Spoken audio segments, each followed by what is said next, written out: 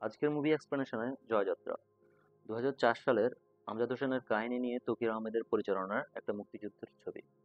এর কাহিনীতে যদি আমরা যাই, এপ্রিল মাস, সিনেমার প্রথম দৃশ্যেই আমরা দেখি যে এক মাঝি নদীর পাড়ে নৌকা পরিষ্কার করছে।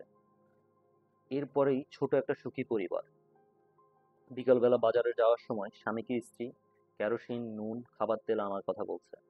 এরপরেই উঠানে একটা চিল এসে ছোঁ মেরে একটা মুরগির বাচ্চা নিয়ে যাওয়ার দৃশ্য। এটা রূপকভাবে হানাদারদের পরবর্তী আক্রমণকে বোঝানো হয়েছে। কিছু সময় পরেই শান্ত গ্রাম হানাদারদের আগমনে মৃত্যুপুরীতে পরিণত হয়। তখন প্রাণভয়ে পলায়নরত একদল সাধারণ মানুষ আশ্রয় নেয় একটা নৌকায়। তাদের বেঁচে থাকার সংগ্রামের মধ্য দিয়ে এগিয়ে যায় গল্প।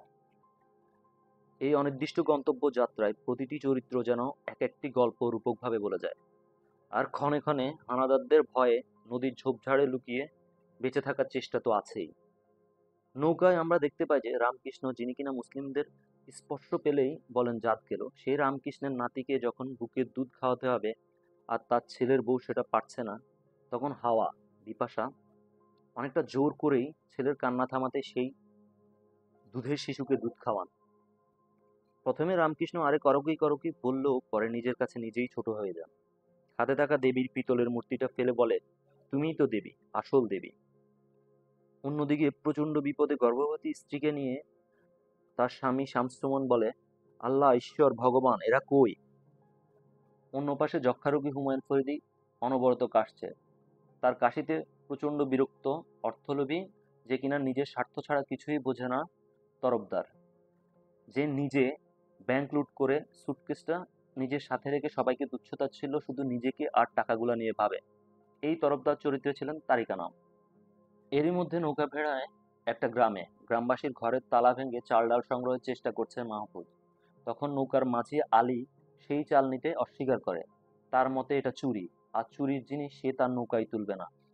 তখন তার দিকে তেড়ে আসে মাহফুজ, বলে, কোনটা আগে বেশি দরকার, যান বাঁচানো নাকি নৈতিকতা? এদিকে সবাই যখন চাল ডাল নিতে ব্যস্ত, হুমায়ুন ফরিদি তখন সিগারেট নিতে ব্যস্ত। এই সিগারেটের জন্য পারলে তিনি নিজের প্রাণ দিয়ে দেন। সারাক্ষণ কলকাতার গুণগান করা এই মানুষটা একসময় বলে, এই দেশ ছেড়ে আমি কোথায় যাব? এরপর বৃষ্টি এলে সবাই যখন নৌকায় ওঠে, হুমায়ুন ফরিদি একটা গাছের নিচে বসে সে কান্না করতে থাকে। সে নৌকায় ওঠে না, কারণ তার কাশির শব্দে হানাদাররা আক্রমণ করতে পারে। এখানে বারবার দেখা মেলে চরিত্রগুলোর মন মানসিকতার পরিবর্তন, নিজেদের দ্বৈতসত্তার সাথে সংঘর্ষ।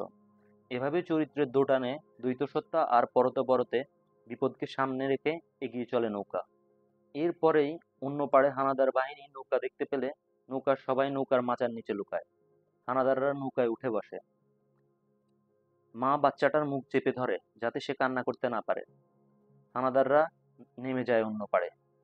ছোট বাচ্চাটা নিঃশ্বাস বন্ধ হয়ে মারা যায়। এদিকে প্রসব ব্যথা ওঠে শামসুমনের বইয়ের। একটা পাড়ে বৈঠা দিয়ে এক হানাদারকে মাহফুজ মেরে তার বন্দুকটা ছিনিয়ে নেয়। সে ডাক্তারের কাছে যায়। ডাক্তার মহিলাকে দেখে আশ্বাস দেয়, সব ঠিক আছে, ভয়ের কিছু নেই।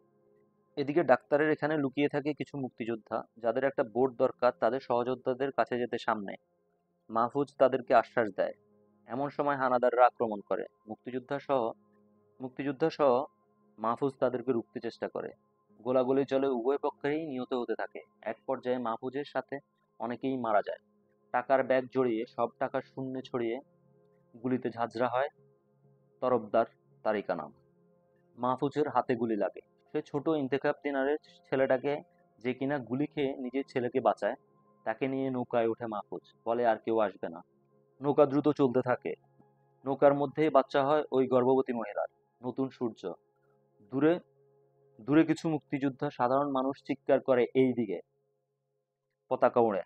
স্বাধীন আশার সঞ্চারে সবাই জয়যাত্রায়।